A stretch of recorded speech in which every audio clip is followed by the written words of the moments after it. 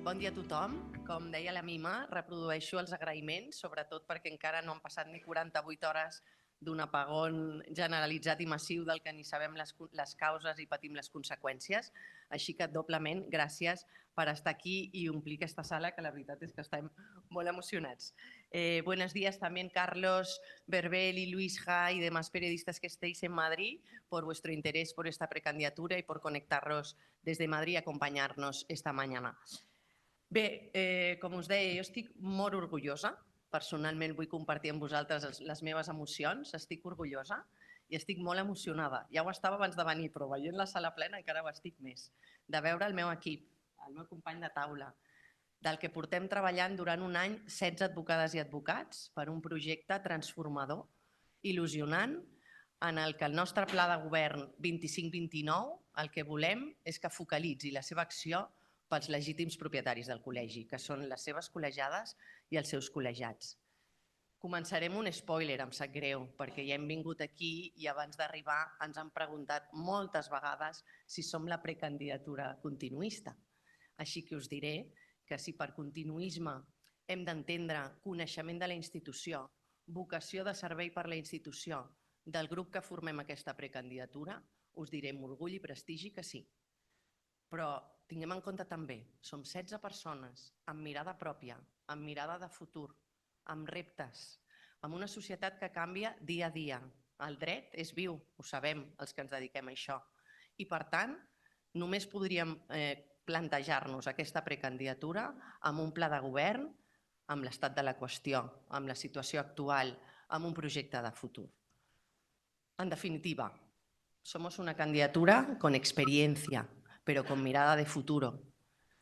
Somos 16 abogados y abogadas que ejercemos la profesión diaria en nuestras respectivas áreas del derecho, que nos preocupamos y tenemos vocación de servicio. Y yo creo que eso es lo que destacaría de mi equipo y por eso estoy tan orgullosa de esta precandidatura, de nuestra vocación y de nuestra estima por la profesión que desarrollamos todos los días. Aquesta és una precandidatura formada per 9 advocades i 7 advocats. Hem trencat la paritat. Tenim el permís dels nostres companys per trencar-la en favor de les dones. Representem, com us deia, les diferents disciplines del dret. Estem especialitzats en totes les àrees del dret que n'hi ha i, a més, representem les diferents sensibilitats del col·legi. M'acompanya a la taula el precandidat Jorge Navarro, a vicedegà.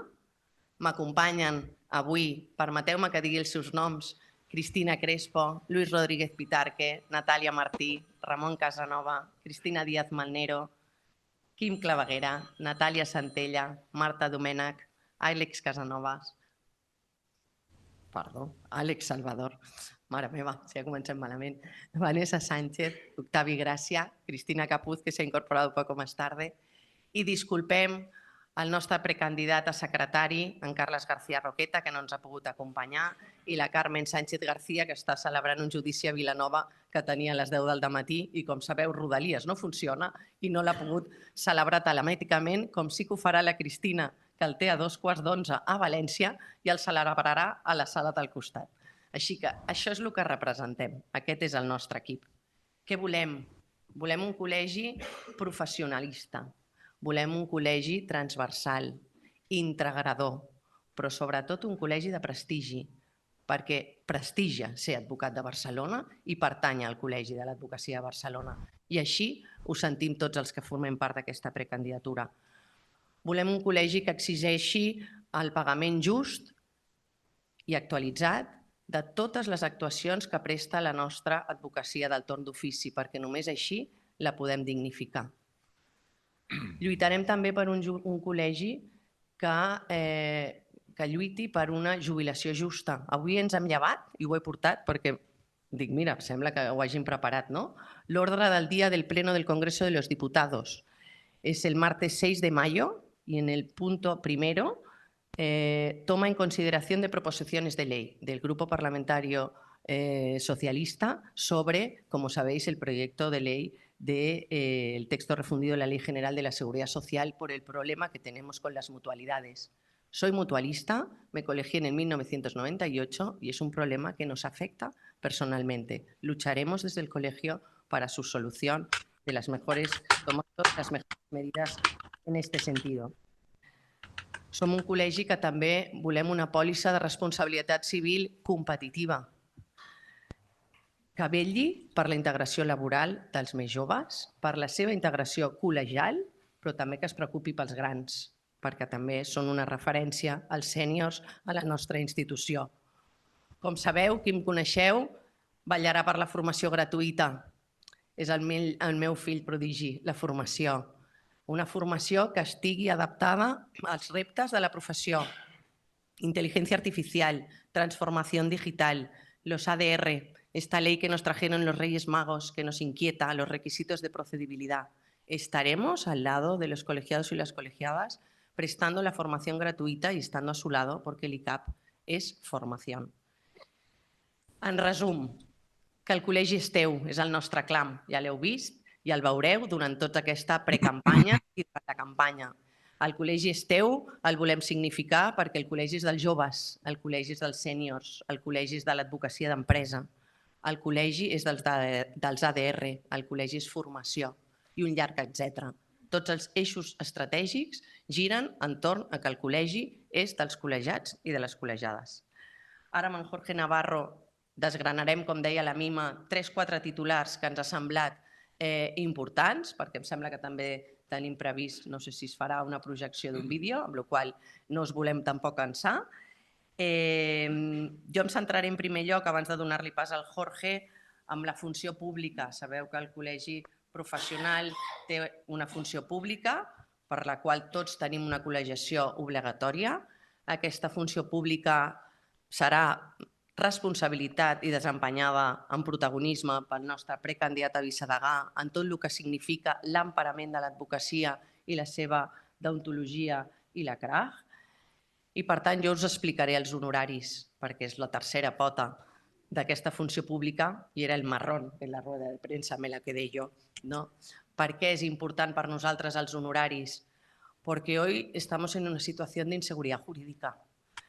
Sabemos que los colegios profesionales tienen como obligación emitir informes preceptivos en el contexto de las tasaciones de costas, pero también es una obligación de los abogados y de las abogadas en deontología informar a nuestros clientes cuando vienen al despacho qué ocurrirá si pierden sus pretensiones, qué coste va a tener para ellos este proceso.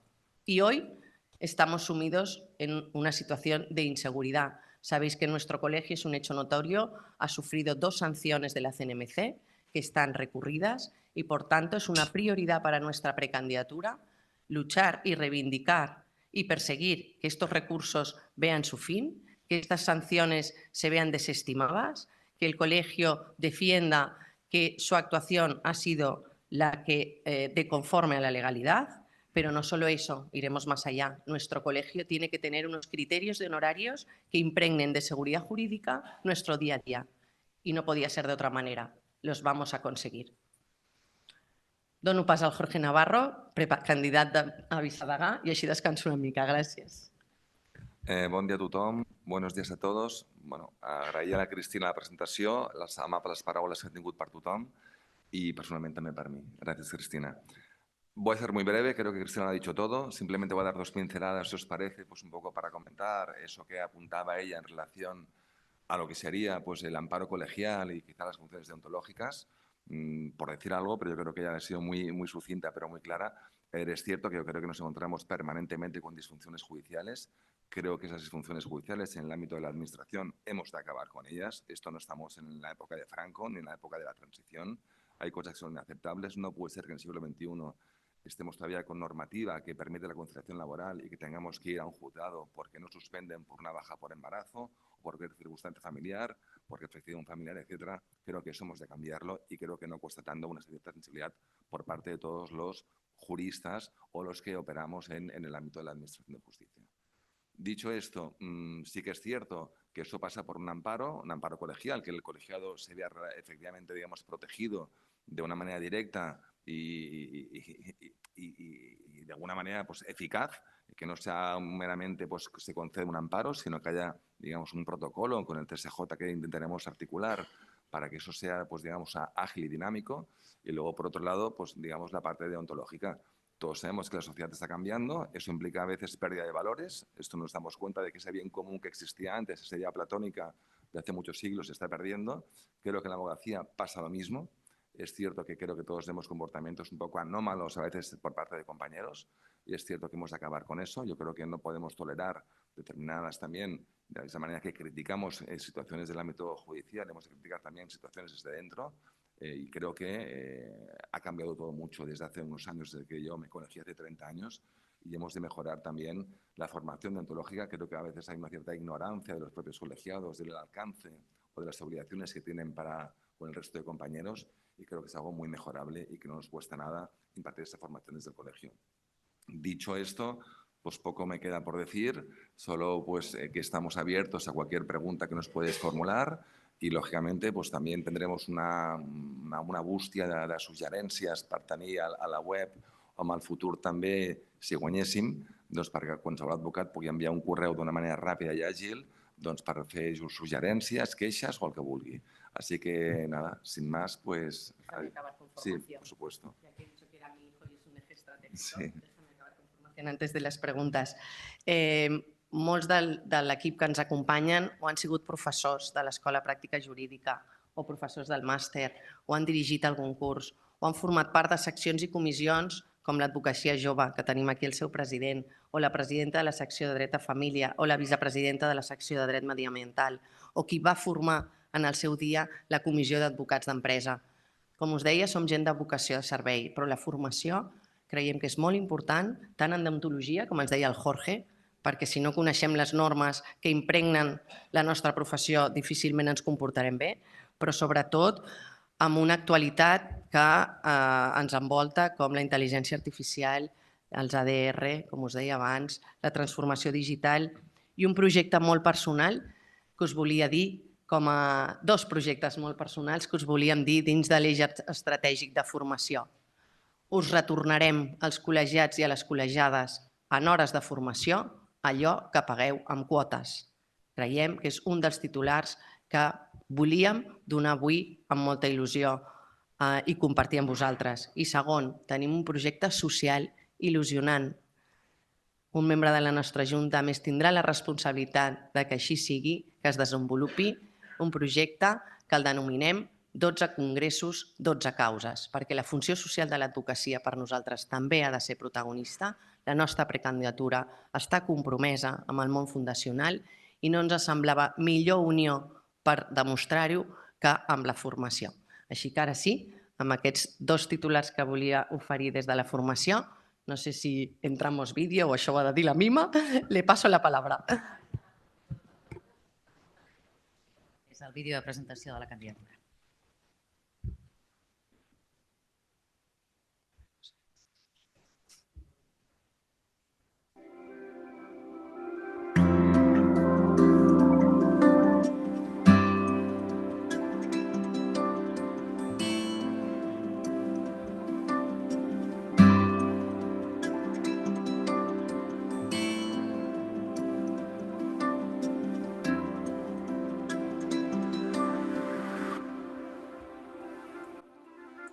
Som un grup d'advocades i advocats en exercici, representants de les diferents àrees del dret i de les diferents sensibilitats col·legials, que treballem per a crear un projecte il·lusionador per a les eleccions del proper mes de juny. Un veritable pla de govern basat en 15 prioritats, 15 eixos estratègics i en 100 mesures concretes per a dur-los a terme. Un pla estratègic ambiciós, transformador, que focalitzi la seva acció de govern en els legítims propietaris de l'il·lustre Col·legi de l'Advocacia de Barcelona, les col·legiades i els col·legiats.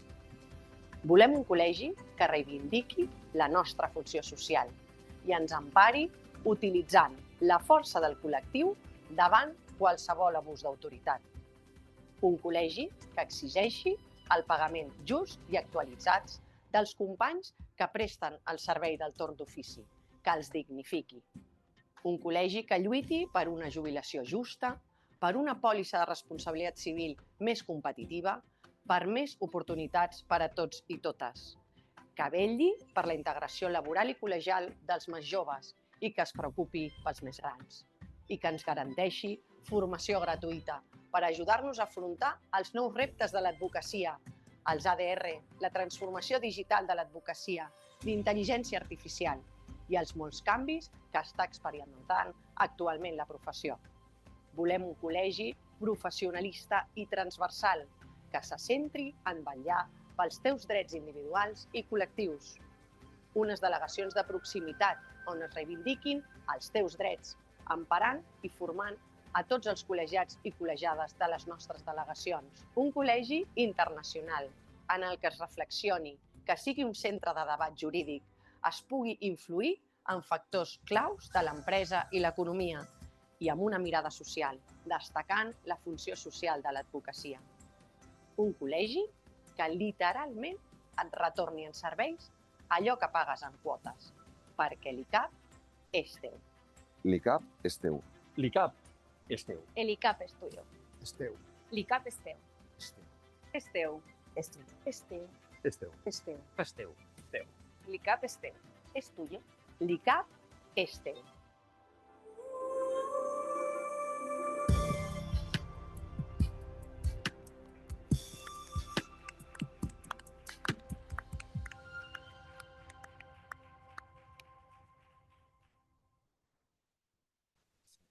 Aquest eslògan es presenta aquesta precampanya que avui encetem aquí des del Palauet de Passeig de Gràcia amb preguntes com la que planteja el País.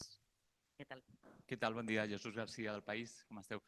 Dues qüestions. La primera, que en els últims anys el col·legi ha intentat liderar i posar en l'agenda pública, poso de peu, alguns debats com el problema de l'ocupació d'habitatges, el problema de la multireincidència. No sé si és la vostra intenció continuar amb aquesta línia, obrint-la en tot cas a altres temes. No sé si podeu contestar sobre això. I la segona, que és més concreta, aquesta preocupació per la deontologia no sé si deriva d'una observació d'uns problemes de males praxis creixents i en què consistirien. Seria això. Gràcies. Molt bé. Bé, respecte a la primera pregunta, tens aquí la taula a ponents. Doncs el Jorge Navarro ha sigut ponent de la reforma legislativa de la multireincidència i jo he sigut ponent de la reforma legislativa de l'ocupació delinqüencial. Per suposat, la resposta la tens aquí. Les propostes legislatives, la funció normativa que té el Col·legi de l'Advocacia, el problema de l'habitatge és una de les meves especialitats, com molts sabeu, el tema immobiliari, el que patim últimament a Catalunya amb la inseguretat jurídica, serà una de les nostres prioritats, efectivament. La funció, creiem que s'ha fet una bona feina, el que parlàvem abans del continuisme, s'ha fet una bona feina de posar el Col·legi de l'Advocacia com a ent influent en el que està passant, sempre amb sintonia, i no és per fer la pilota perquè esteu aquí, però amb sintonia amb la premsa, perquè si ens doneu veu, fem pinça tots dos i som col·lectius que junts estem canviant les coses, amb la qual cosa també us animo a que continuem amb aquesta bona relació que hi ha actualment amb el col·legi, perquè sense vosaltres tampoc no podem donar veu a la ciutadania dels problemes que hi ha i com apagar-los i solucionar-los.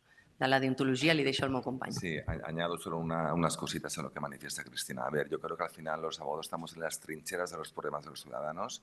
Nosotros creo que estamos precisamente viendo las situaciones cuando suceden. Al legislador llega todo mucho más tarde y yo creo que desde el Colegio de Abogados, ya que tenemos esas opciones, digamos, de poder intentar introducir mejoras legislativas, que sabemos que, digamos, la virtud del legislador no es la redacción mejor en cuanto a textos legislativos, esto hay que decirlo claro y alto. O sea, se ha perdido mucha calidad jurídica en la redacción de los textos y creo que nosotros que precisamente pues, podemos detectar esos errores que se producen, pues nuestra obligación como servicio social, además, creo que todos pues somos, igual que defendemos en situaciones, digamos, pues de autores de presuntos delitos, también somos víctimas de ellos o defendemos a las víctimas. O sea, no es nada en contra de nadie, esto hay que declarar porque antes hemos oído discursos un poco tendenciosos en ese sentido. Simplemente estar herramientas adecuadas para que la sociedad funcione mejor.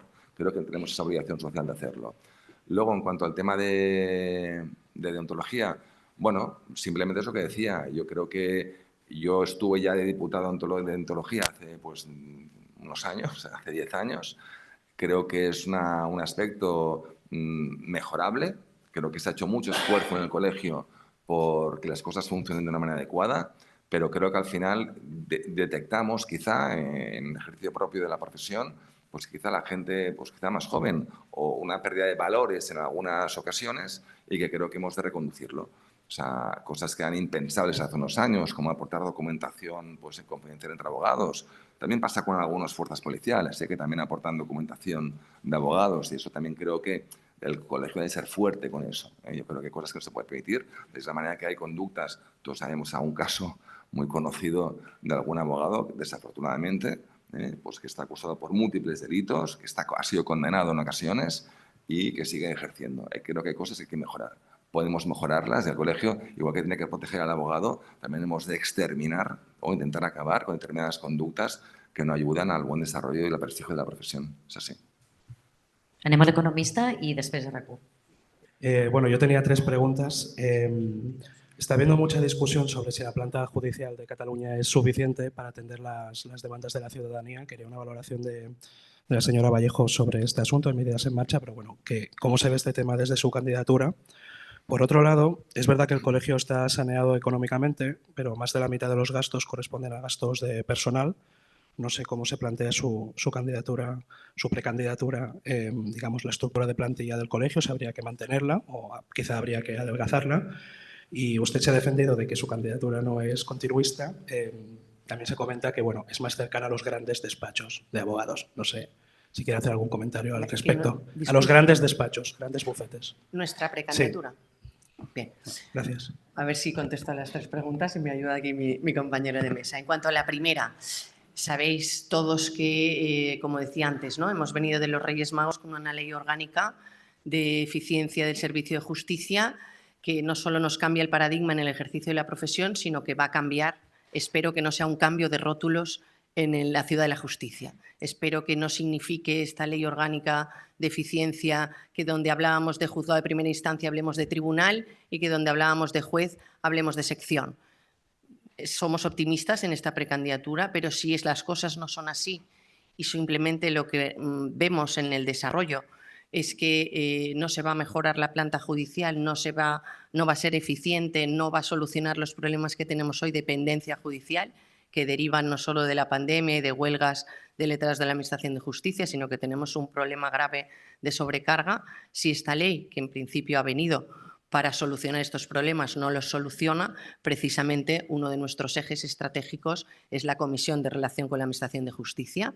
Tenemos a personas con experiencia, porque Jorge estuvo en la creación de esta comisión, y estaremos muy atentos para ver cómo se desarrolla. Es cierto que en nuestro partido judicial de Barcelona no va a entrar en vigor esta ley hasta diciembre, porque su desarrollo, como sabéis, es paulatino. Somos un partido provincial grande, con lo cual hasta diciembre, año que viene, no podremos ver el alcance de esta nueva organización de la planta judicial.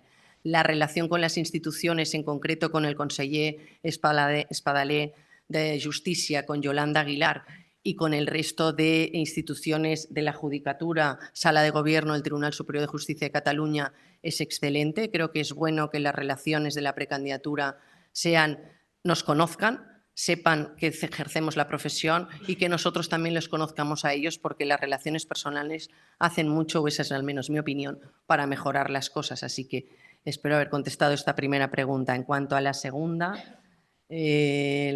pregunta, discúlpame, el tema del personal.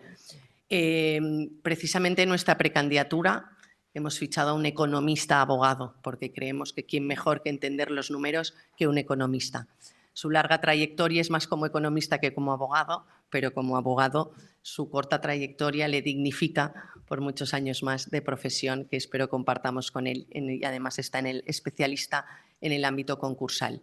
Acabamos de celebrar una junta ordinaria a principios de abril, como sabéis, que ha sido, yo creo que desde 2017, la más multitudinaria a favor de la gestión de la Junta de Gobierno que hay. Por supuesto, cuando entremos estudiaremos los números, auditaremos, como hemos hecho siempre, las juntas de gobierno y el plan de gobierno. No puedo compartir contigo que del presupuesto colegial más de la mitad sea personal del colegio, porque no es cierto.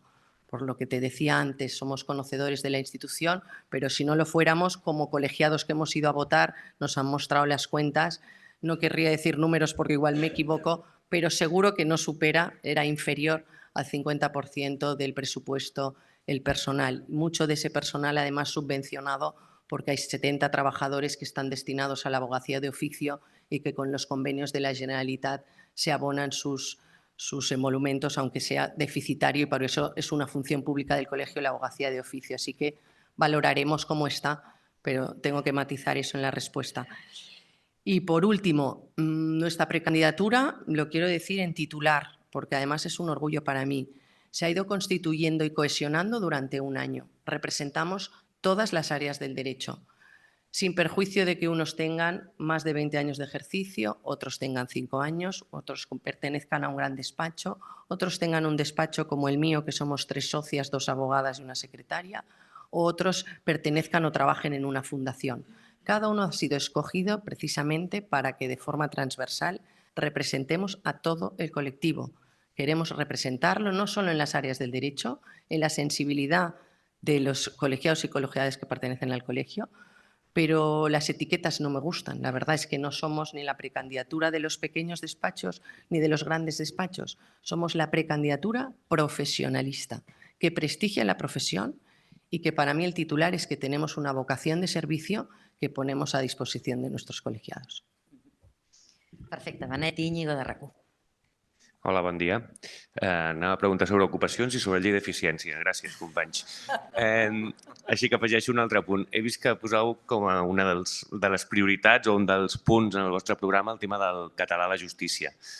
Què s'ha de fer perquè es reverteixi aquesta tendència que cada cop s'utilitza menys i no sé si aquests complements que es paguen als advocats per utilitzar el català són suficients, insuficients, és la via en la que aposteu? Gràcies. Molt bé, doncs mira, molt bona pregunta.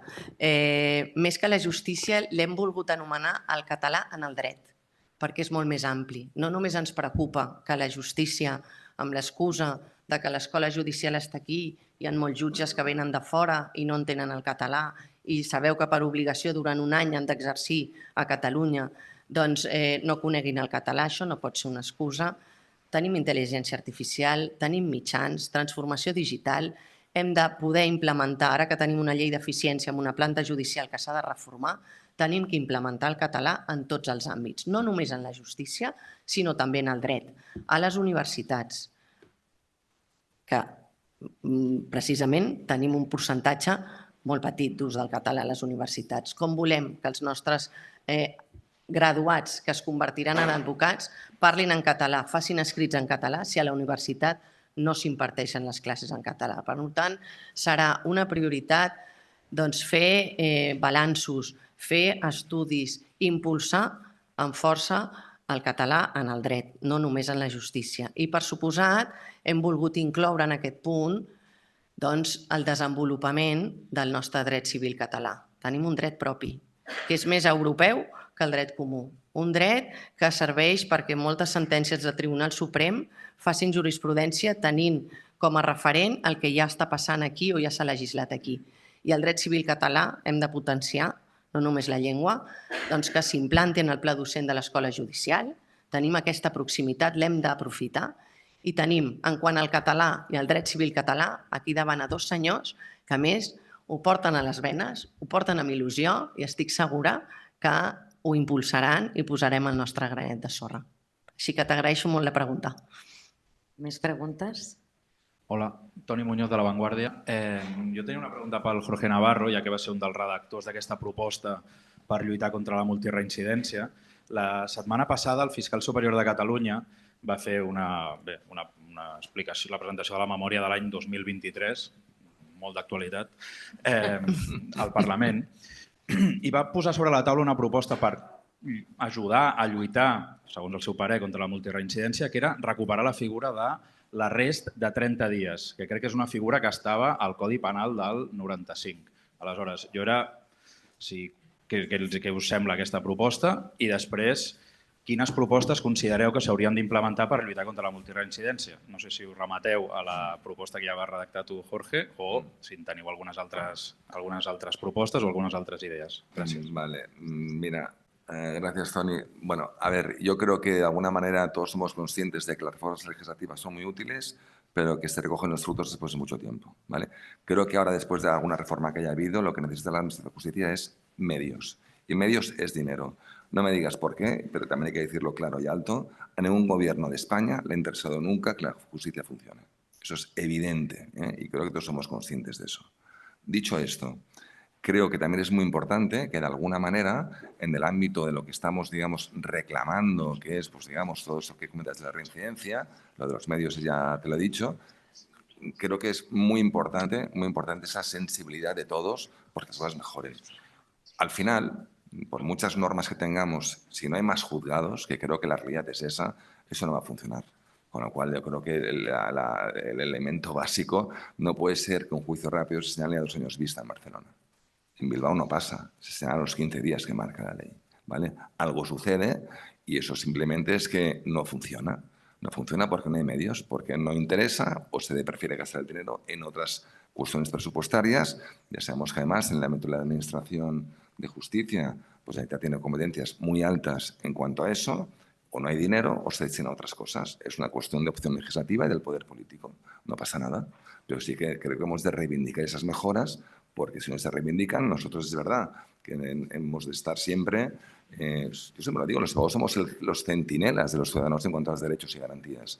Y no podemos ceder a, digamos, a determinados consensos no adecuados para el interés de la abogacía y por tanto de la ciudadanía. O sea, nosotros nos hemos de rebelar un poco, o sea, hemos de ser un poco niño malo en ocasiones. O sea, creo que esa obediencia hacia el poder no nos interesa. Hemos de llevarnos bien con el poder, pero el ADN de la abogacía no podemos perderlo. ¿Vale? Luego me decías algo más aparte de...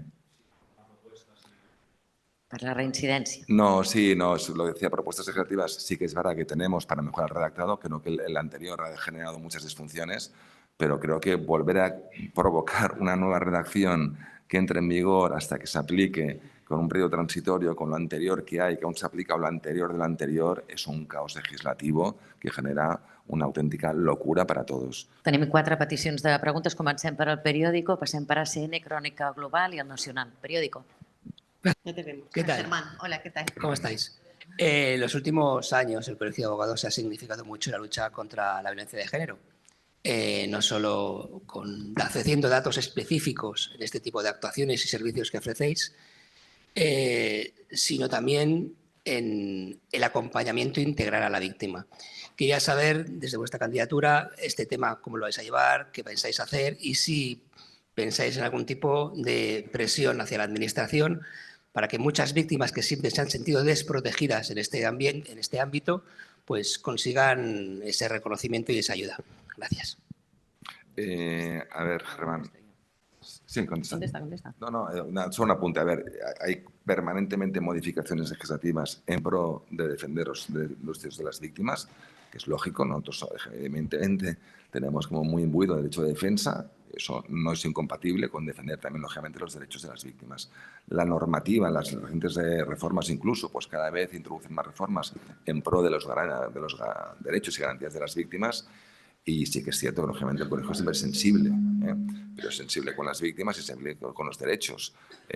A mí me parece que desde la perspectiva del Colegio se ha hecho una política muy adecuada para precisamente un turno especializado también para las víctimas de violencia doméstica, ¿no?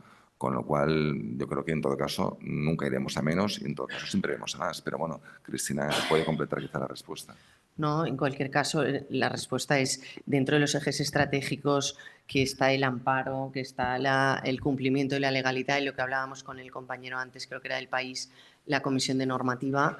Como dice Jorge, como la técnica legislativa no es la mejor, pues dentro de nuestros ejes está siempre estar, primero, vigilando que la legislación que va viniendo, las sentencias o la jurisprudencia cumpla con la legalidad y respete el derecho de las víctimas, pero en cualquier caso, y lo llevo también a mi terreno, la formación es imprescindible.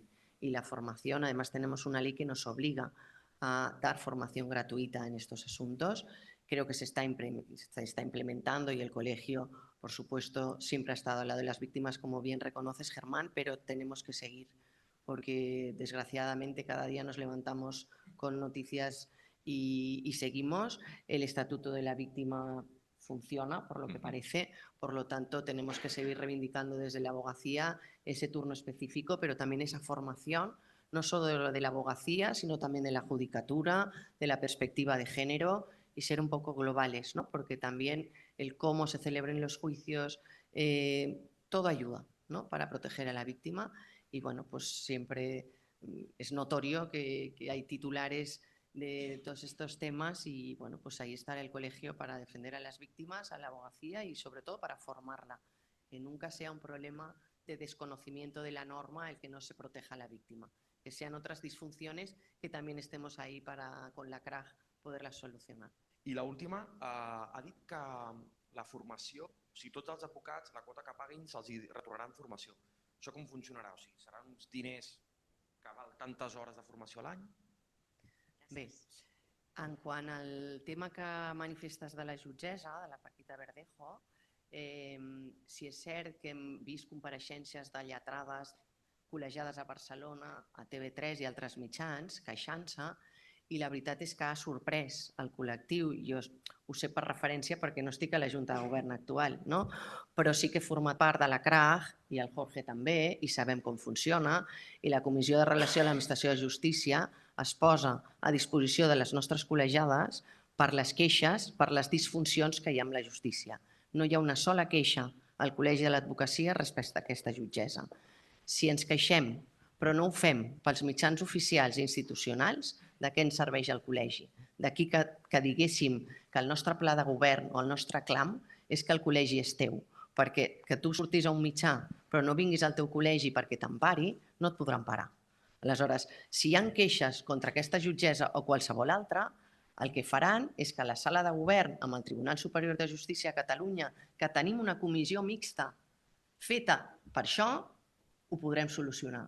Però si anem als mitjans i no utilitzem el col·legi, no podem saber o conèixer aquestes disfuncions. Amb la qual cosa el meu consell seria feu servir la CRAG, feu servir el col·legi, perquè aleshores el tindreu al vostre costat. Sí, ya yo añado. El Consejo General del Poder Judicial, cuando hace inspecciones a juzgados, que las hace periódicamente, nos pide al colegio que les digamos las quejas contra ese magistrado o juez o quien corresponda. Muchas veces hay una vox populi de determinados juzgados, digamos, que no funcionan como deberían funcionar, pero sin embargo al Consejo no le podemos dar esa información porque nadie se ha quejado. Digamos que somos un país muy tendente a hablar en un bar y a quejarnos de todo, pero a la hora de formalizar una queja nos pasa también a los abogados. Yo creo que estamos siempre con un poco esa pereza y ya bastante tengo con tenerle la discusión a nivel judicial como para tener que ahora sentarme, escribir un email y tal. Vale la pena porque si no, al final lo que no consta, pues no existe, ¿no? Para nosotros, y eso es la realidad. Y luego también hay que valorar esas, digamos, disfunciones, que yo puedo entender que a veces hemos visto en algún juicio recientemente o en algunas declaraciones que se han filtrado, digamos, distintas sensibilidades de los, cuáles son las formas, cuáles son los contenidos. Creo que también es importante diferenciarlo, ¿vale? Y a partir de aquí, pues, no sé, pero si no tenemos una queja formal, no podemos valorarlo, eso es obvio.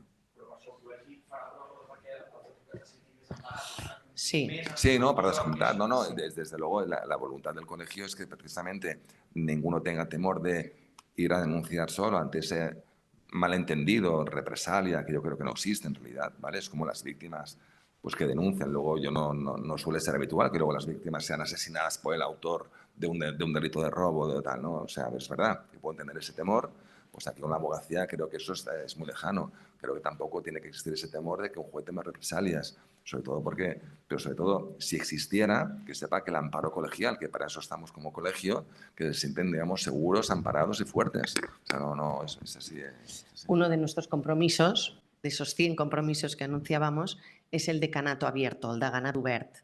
Havia existit, el volem tornar a implementar, perquè ens sembla, nos parece que el decanato abierto es la muestra de este clam, ¿no? de que el colegio es tuyo. Tanto el decano, el precandidato, por hablar en propiedad, ¿no? El precandidato a vicedecano como la precandidata a decana, impulsaremos este decanato abierto, pero además teniendo un equipo de 16 personas de diferentes, como decía antes, profesiones y sensibilidades, creo que es un decanato abierto muy útil, porque quien pudiera venir, llegado el caso, a denunciar, por ejemplo, esto, pues tenemos una persona que ha presidido la sección de familia, que se dedica a violencia de género y puede tener la sensibilidad o el vehículo más directo para solucionarlo. Y así en todas las áreas del derecho. Por lo tanto, jo crec que el deganat obert doncs, donarà peu a que si algú, com deia el Jorge, surt enfadat per una disfunció, però diu, i ara què faig? Ara tinc que anar a casa, al despatx, fer un e-mail, tinc una contestació, un fine,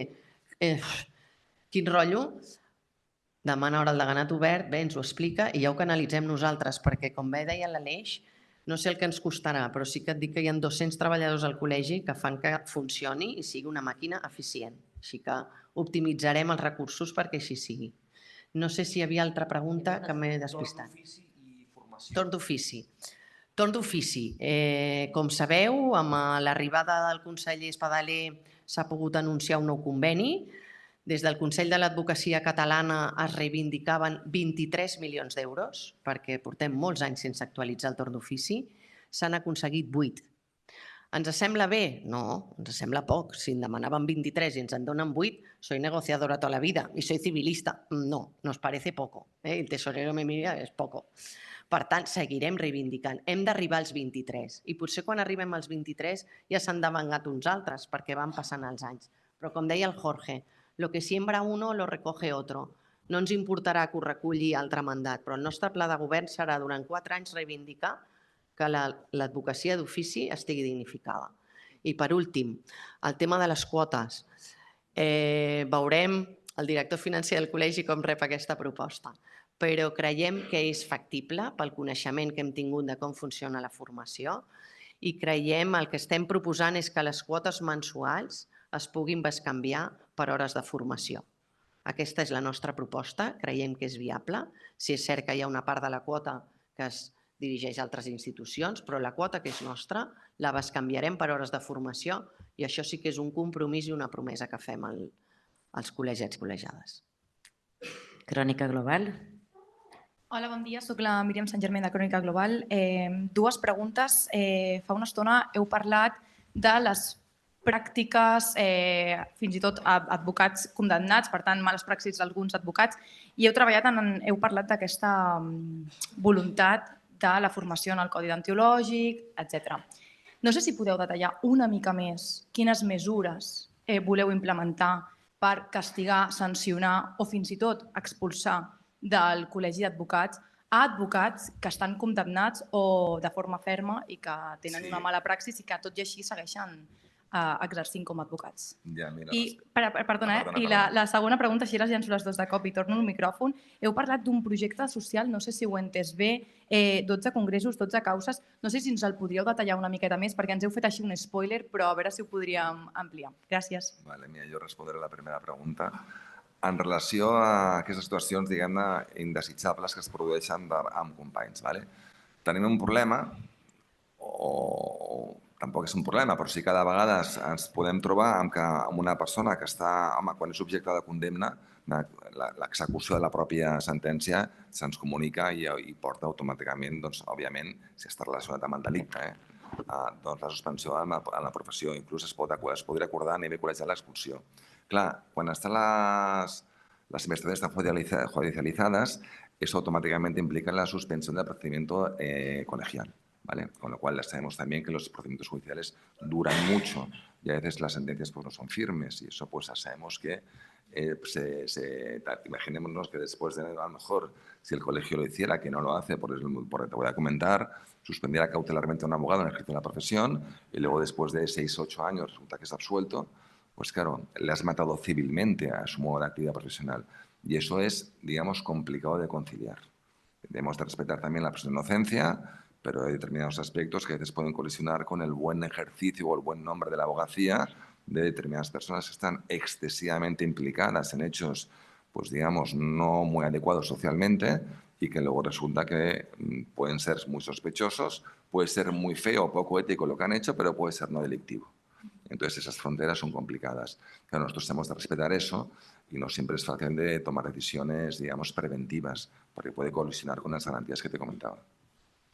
A més, et complemento. Tenim la Llei Orgànica de Dret de Defensa, la Llei Orgànica d'Eficiència que parlàvem abans, que per fi recullen amb rang de llei orgànica la confidencialitat, les normes deontològiques, el secret professional, les conseqüències de no respectar el que deia el Jorge, de portar correus electrònics amb un judici de divorci entre companys.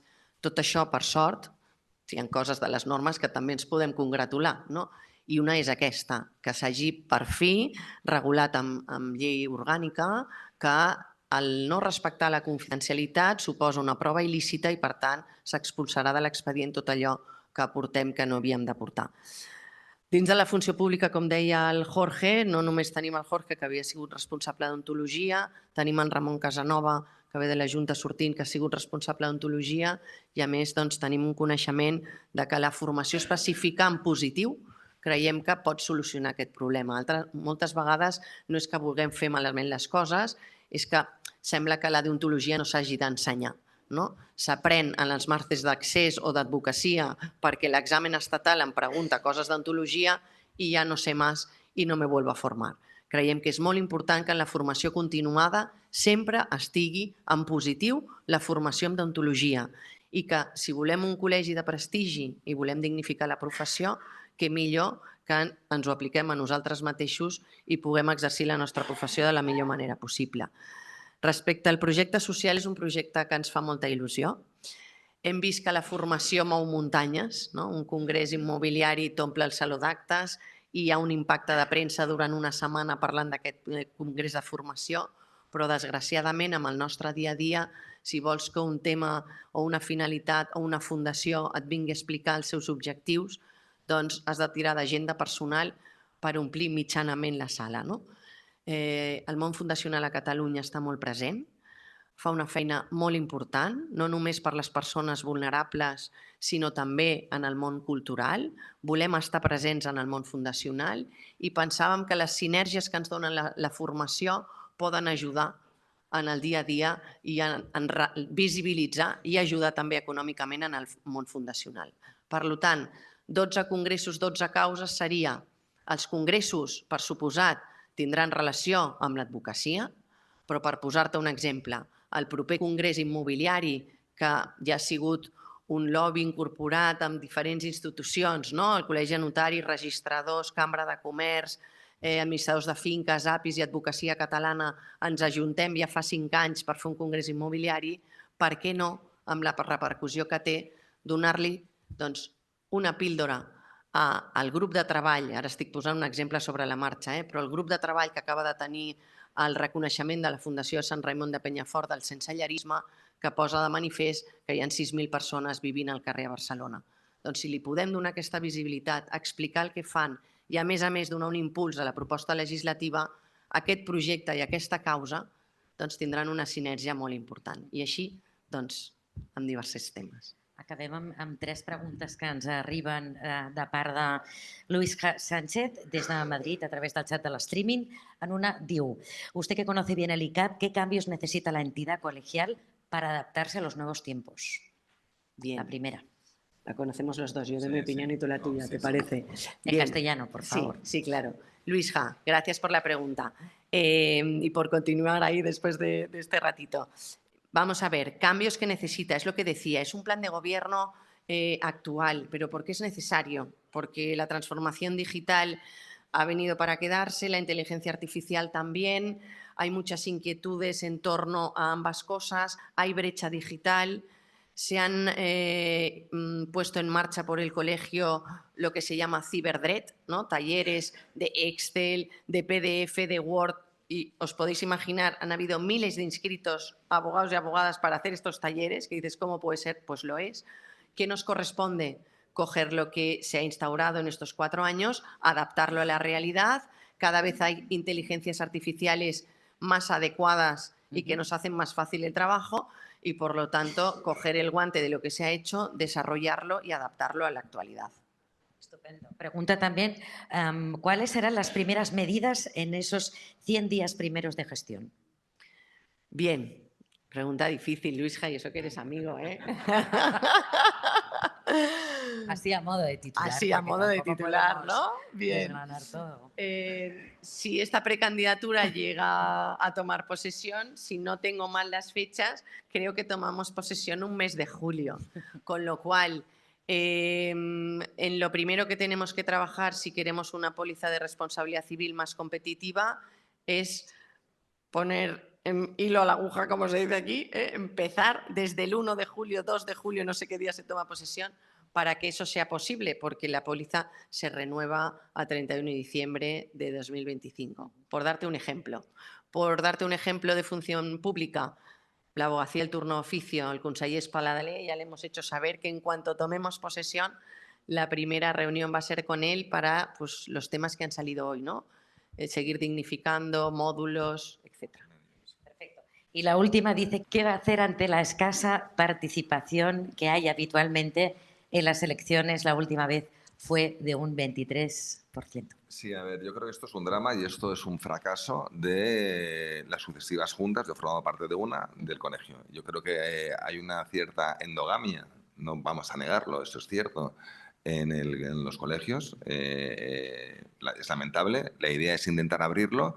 También es verdad que el abogado, digamos, es muy perezoso respecto a su vocación hacia el colegio, cree que le aporta poco, eso es la realidad. Al final no puede ser que en un colectivo, ya en las elecciones, digamos, políticas, pues vota más de la mitad y una abstención altísima en una democracia, pero que en una corporación que tiene varias decenas de miles de abogados, resulta que el que acaba votando es un 20%, eso es un fracaso. Entonces yo creo que la manera es abrir el colegio, que el colegiado sienta esa facilidad, esa comodidad para participar y contribuir, que sienta que aporta algo al colegio y que el colegio le da algo, porque si no es muy difícil. Eso es una voluntad que tenemos para intentar cambiarlo.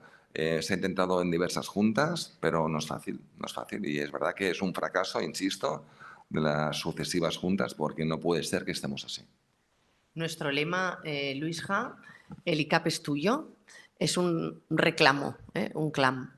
Queremos que vengan a votar, pero no solo porque queremos aumentar esa participación para legitimar más nuestro proyecto, nuestro plan de gobierno, sino por la vocación de servicio que tenemos en esta precandidatura. Muchos nos conocerán por haber estado en la institución, porque ya nos han votado antes por ser presidente de sección, presidente de los jóvenes. Y utilizo tu pregunta para reivindicar, ¿no? Y para decir, si queremos que el ICAP sea tuyo, es porque queremos que vengas, que participes y que sea eso, el ICAP de los seniors, de los jóvenes, de los ADR, de los que se forman, y para eso tienen que venir a votar y darnos esa confianza para ejecutar nuestro plan de gobierno. Sí, bueno, ya añado, de hecho, en el programa lo que pretendemos también, creo que lo he mencionado antes, es tener una búsqueda, un correo electrónico en el que cualquier colegio de manera directa, fácil y sencilla pueda comunicar, enviar sugerencias, quejas, etc. Creo que eso dinamiza las cosas y las facilita. Pero bueno, ya veremos. Pues de momento eso es todo, señorías, ¿no? ¿Sí? ¿Hay más preguntas? Pues lo dejamos aquí. Vamos fuera a este patio A desayunar, precioso a ¿no? desayunar. Muchas gracias a todos. Hasta Gracias la a los de próxima. Madrid. Gracias. Gracias, Luisja.